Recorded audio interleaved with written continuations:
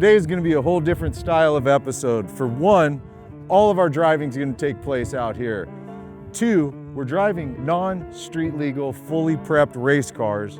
And number three, these are the cars and we're about to put on a total smoke show, so get ready.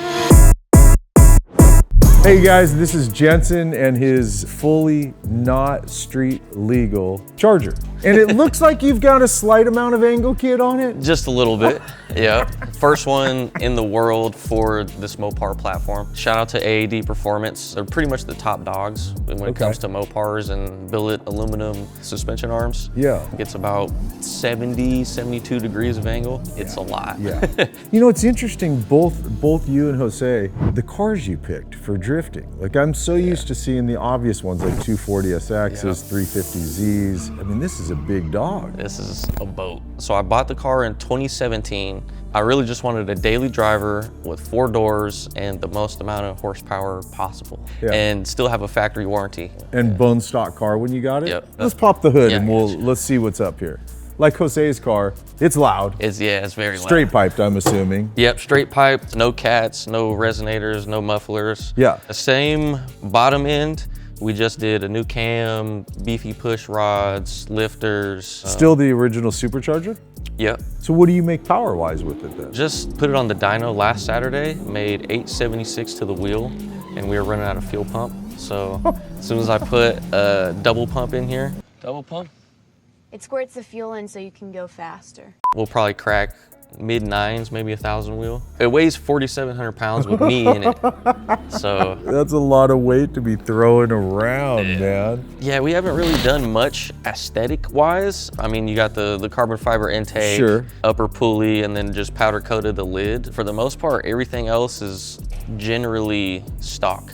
Is it still running like original brake setup on the car? Yep, original brake, big Brembos. Ripped out the automatic 8HP 90, which they make a module where you can just put a clutch pedal to that transmission and run like a sequential. I know. When I did this, that wasn't an option. So I took the TR6060 out of a Challenger, put a triple disc Mantic clutch in there, QuickTime bell housing, a 3.5-inch aluminum drive shaft. Yeah, just had to beef up the entire drivetrain after that, because still original rear end? Original rear end, but we got the G-Force Outlaw axles, AAD suspension arms. It's like the anti-wheel hop kit. Okay. So it's all billet aluminum arms. Do you do the work yourself? No, so when we did the manual swap, my buddy Cisco had a shop. He eventually sold that. My buddies at Dusty Speed Shop, they take care of all the work. Like they just refresh the motor, put the cam in there. Yeah, my buddies at Underground Tuning work magic from Missouri.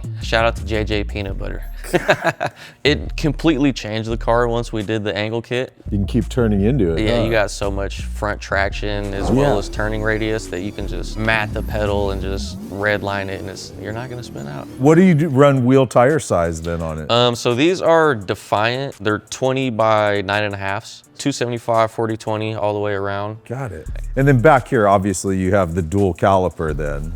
No, I don't. So that's one of the things that's coming in the future. Right now, it's just a whole bunch of left foot braking. Seriously? Because all the suspension arms sit right behind the rotor, so it's really hard to find a caliper to fit back there. What we're gonna end up doing is just put an inline hydro setup that ties into the regular rear caliper. So when you grab that, it'll just be pulling the rear brake. Exactly. Yeah, okay. And you actually run your exhaust all the way out the back? Yeah, so it's full straight piped. And yeah, we got the carbon muffler tips on there. All right, let's check out interior. Come around this side, Jensen. For the most part, we wanted to keep everything looking factory. Like you can see even on the screen, it'll say press clutch in to start the car. So my guys over at ECU Dynamics, they did all the module programming. It was honestly a nightmare trying to figure out how to make the Challenger stuff work in a Charger. I mean, it's crazy sitting in here, like to think that this car is built the way it is. And then you get in here and you're like, other than seeing a shifter and a third pedal, it's a friggin' Charger. Yeah, it looks factory. Like, it really does. Still got heated, cooled seats, still got AC. I'm looking forward to this. This is gonna be fun with both of you guys. I'm just so you guys know what we're doing, we can't street drive today. You've seen both of these cars. We definitely can't street drive. Yeah. So we're gonna go out back. We're gonna hope that we get away with shenanigans, we'll call it, and have some fun. Yeah, we're gonna kill some tires. Hey guys, if you're interested in the best of the best oils and additives for your vehicles, I can't recommend enough digging in and taking a look at what Liqui-Moly's all about. Kyle and I both use them on our personal vehicles. I use it in my Harley. Our Fox Body Mustang being built by Ruffian Cars is gonna run it. And Ruffian Cars has recently made the move over to using Liqui-Moly oils and additives. I can't say enough good things about them. We'll put information in the description. Go take a look. I promise you're gonna be happy with the products that they sell. Now let's jump back into today's video.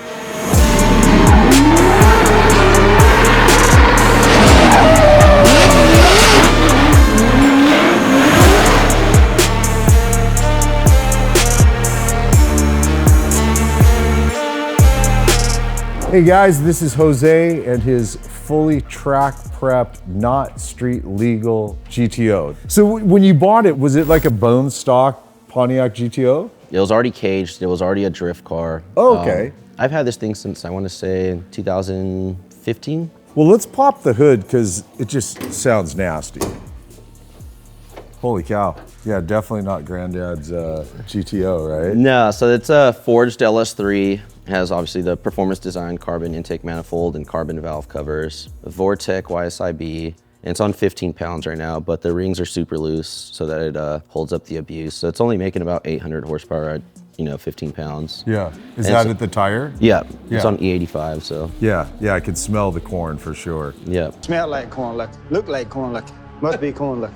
So you've got obviously the angle kit on here to make the crazy turns. Yeah, so that's a Showtime angle kit. We actually took angle out of it. We put limit stops so that I wouldn't have as much angle, so I can learn how to use it like this so the car would be a lot faster. So it has a rear mounted radiator. The lines, as you see, they're going through the car. I was gonna ask what that is for. Yeah, it has like a 285 sticky in the back. It's a 200 tread wear tire. We'll run it sometimes up to like 16 PSI, It kind of somewhat like a drag car. You do want it to get some grip. Yeah. In the front, I think it's a 245/40.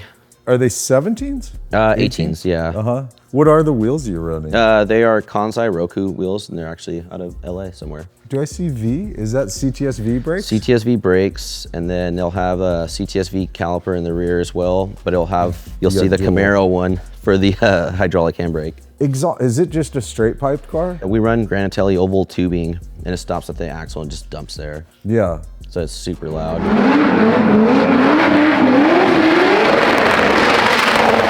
What do you run transmission and rear end on it? So it's an RTS quick change in there. Transmission is a Magnum F, T56 Magnum F, but I've blown 3 of them already. So what do you gear out at the rear end? Right now it's a 391, I believe. Yeah. And then if I want to swap it over, it would be to a 425.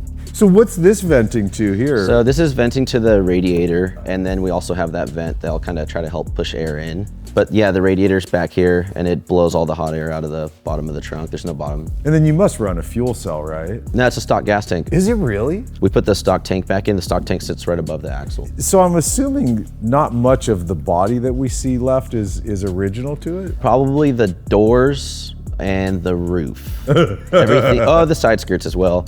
These are fiberglass. The front fenders are fiberglass, and the hood's obviously carbon fiber. And then obviously you're tapping them into things. That was from Summernats, Australia. I caught it really? on fire. Yeah, me and my buddy Troy were in it, and we're in their 3rd gear, and the car's on fire, and they're like, stop.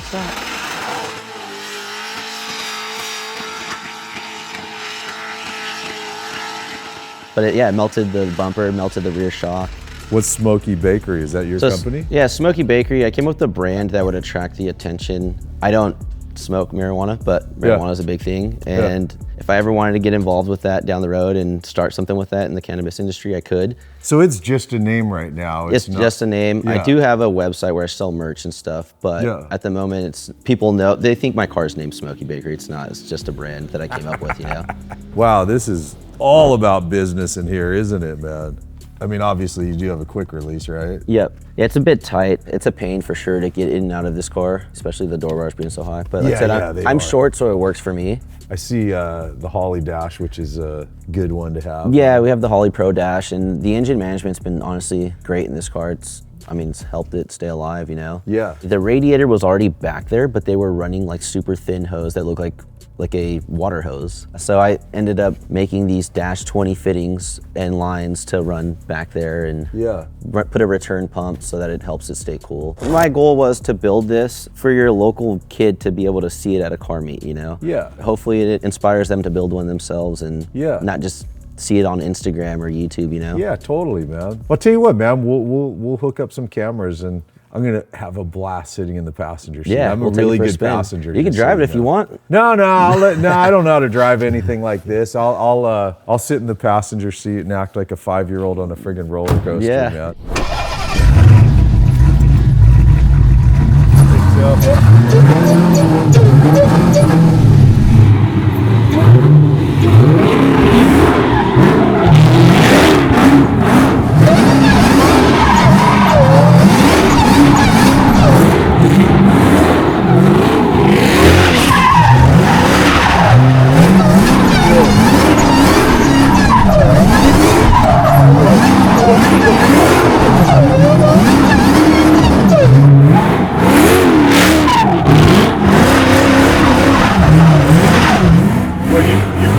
By that wall.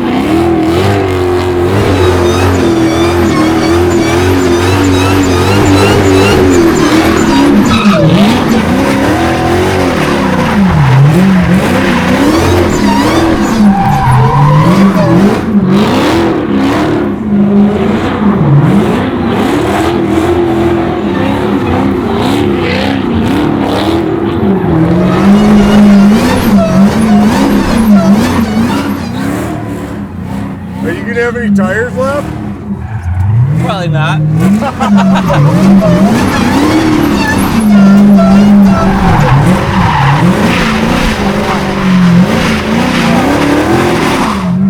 Wow, crazy.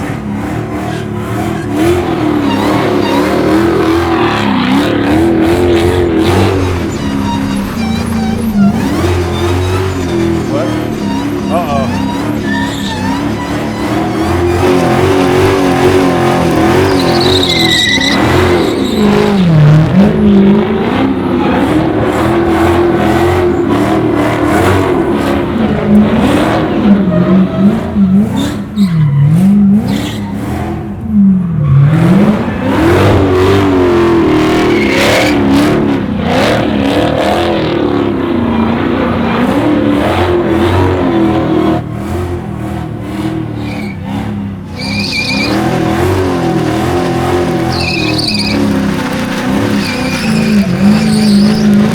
Let's park it. Yeah.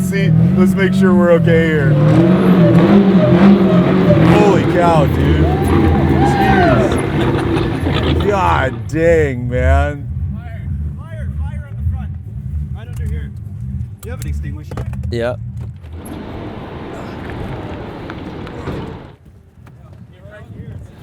That one? That was 4 minutes. Was that 4 minutes? There, you gotta crank the wheel on the right, go from the front. Holy shit, bro. Back there. You're good, you're good. Jeez. Good to be prepared, huh? That was wicked, dude. It's so wild from inside the car how it feels like you're just chilling. The control that he has is crazy. Yeah, and it's super smooth, and Yeah. you don't know that the wheels are really going about 100+ miles per hour. You know, that's wild, dude. That is our first fire on the channel, isn't it? Fuck, after 800 cars, only one catches on fire. Not fucking We're bad, doing pretty dude. fucking We're doing good. Pretty fucking good. Pretty good. Pretty good.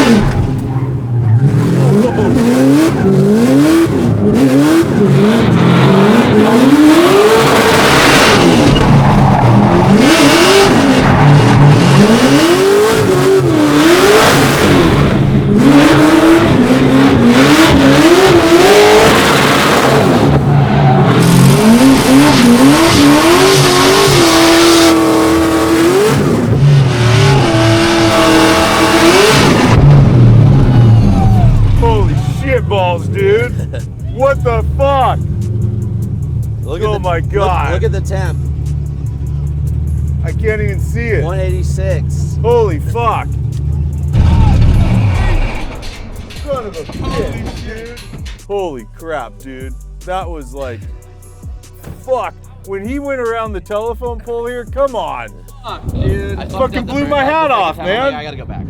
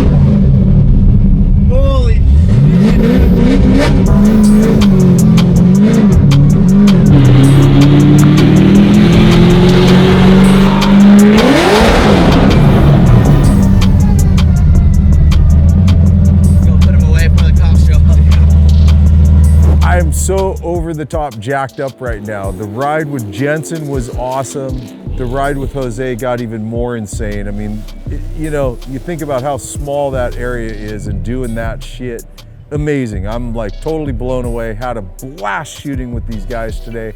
I hope you guys enjoyed this episode, and I'll see you in the next one, man. Later.